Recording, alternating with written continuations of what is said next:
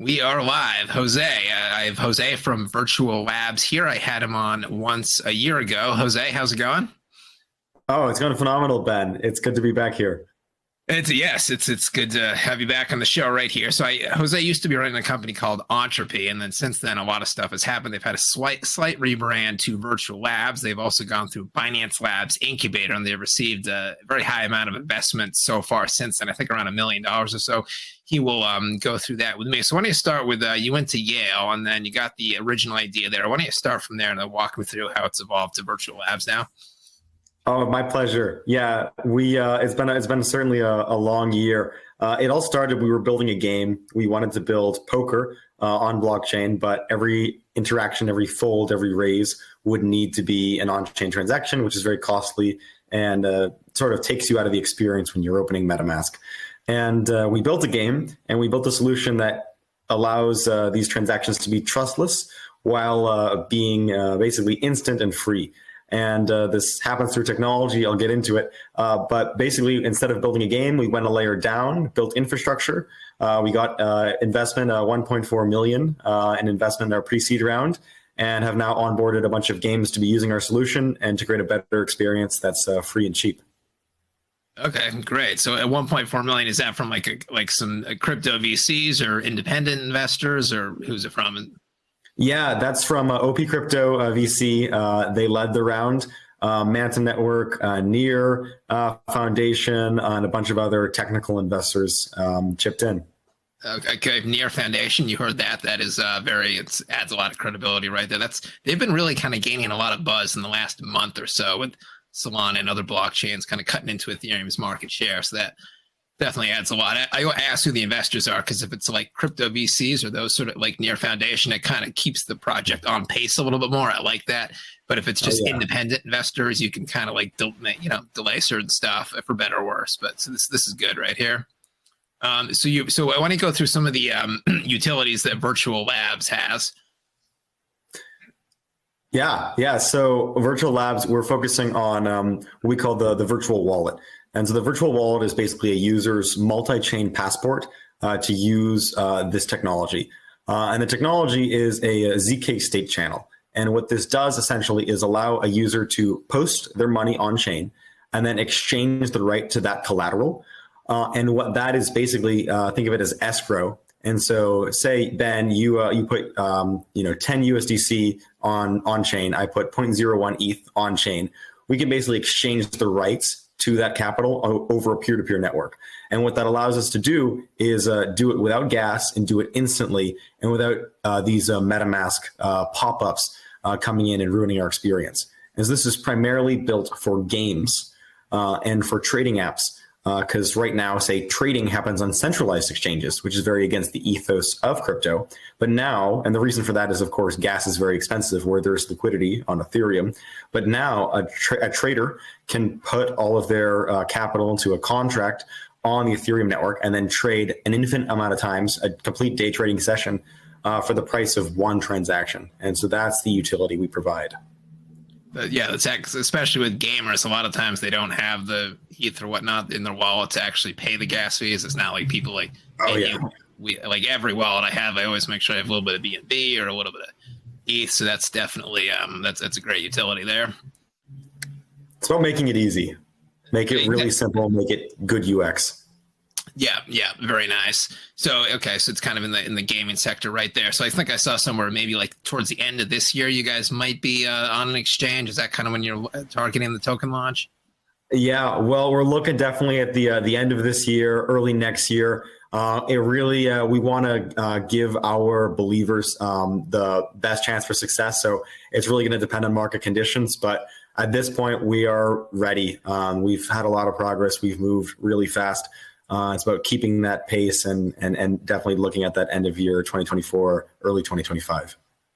As most people seem to think, that's when the market will basically be peaking, or whenever this bull run is going to happen. So, I mean, I've seen teams, they almost put too much faith in market conditions, so they delay it too much. I've seen teams, they understand it is best to launch at least when the market's rising. So, yeah, I think some market conditions are definitely good right there. It's all about momentum. Are you doing any like airdrops for the players or anyone?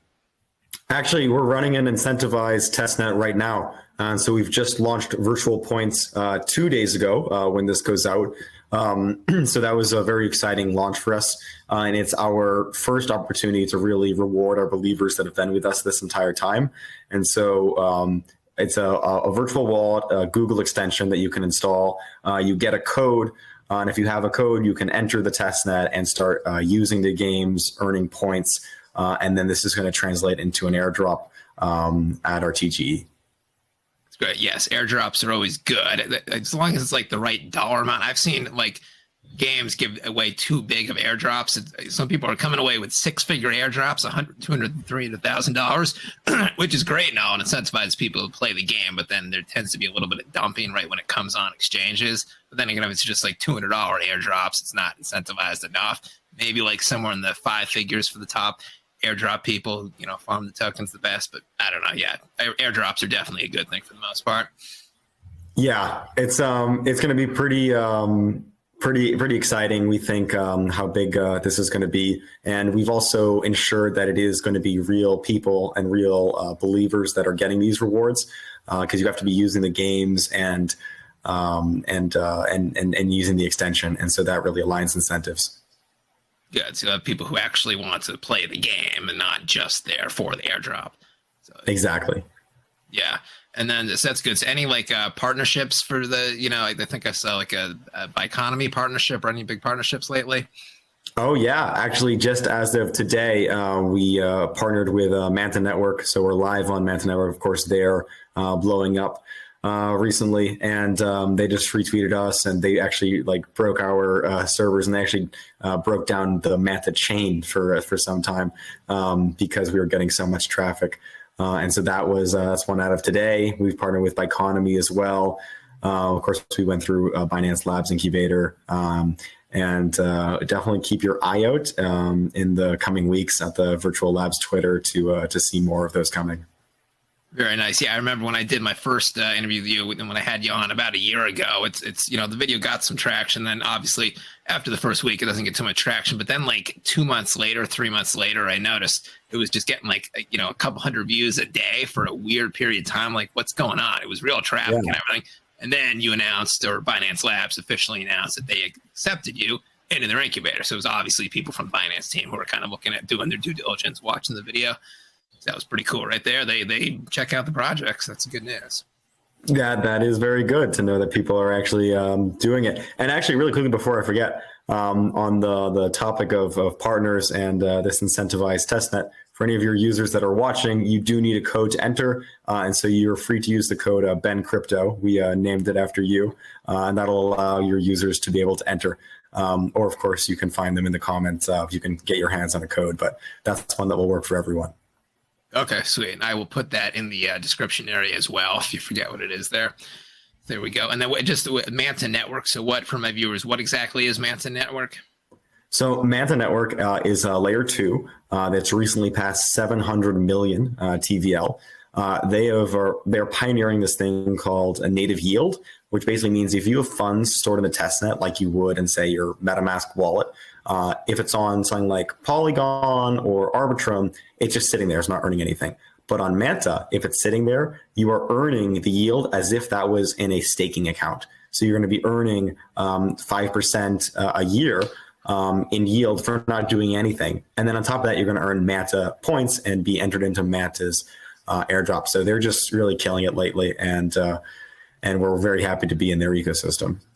Great. So a textbook example in their ecosystem right there. Yeah, Manta, it's one of those, like most people on Twitter, if they're not hardcore gamers, you definitely see Manta Network a lot. Just they're tweeting a lot. You see other people referencing their tweets. You see other partnerships. A lot of people, they're not quite sure what it meant, what they do. So this is good that got that right there. So with your VC fund, how many people do you have in the company? You have like 5 or 6 or 7 employees, or what's the size?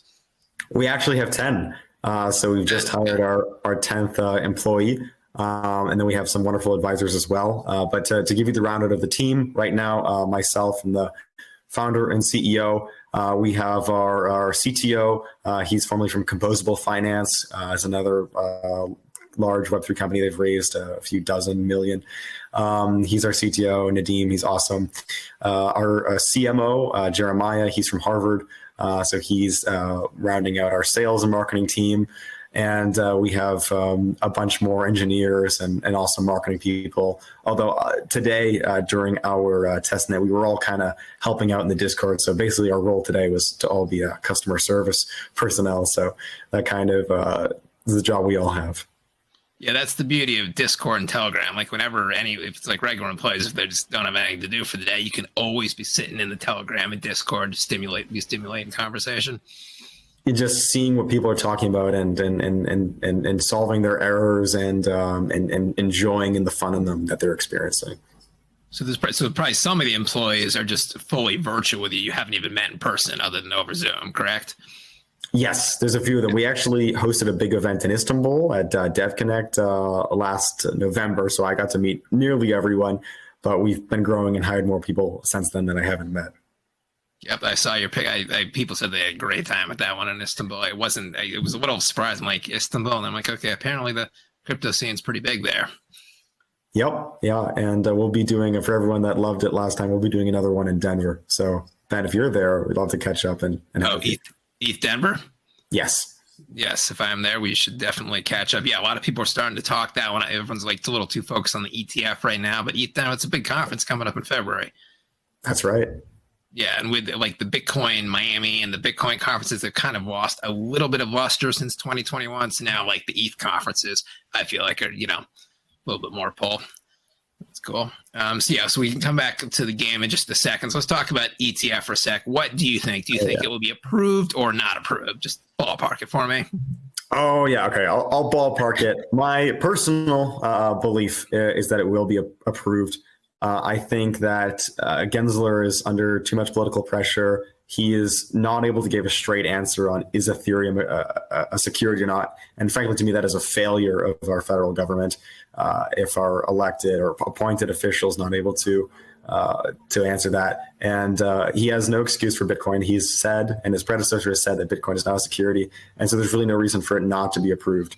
And we now have the backing and support of these big banks that have aligned interests with Washington. And so I think that it will be. But of course, we can only wait and see. Yeah, it's because obviously if it was rejected or delayed, there would be definite pushback, but it wouldn't just be from the crypto people. It'd also be from the Fidelities, the Goldman Sachs. So that kind of changes. Yeah, I think maybe like a 70% chance. I'm just going to fall. I don't know. It could go either way, but it's definitely not 100%, but I think it's a little greater than 50%.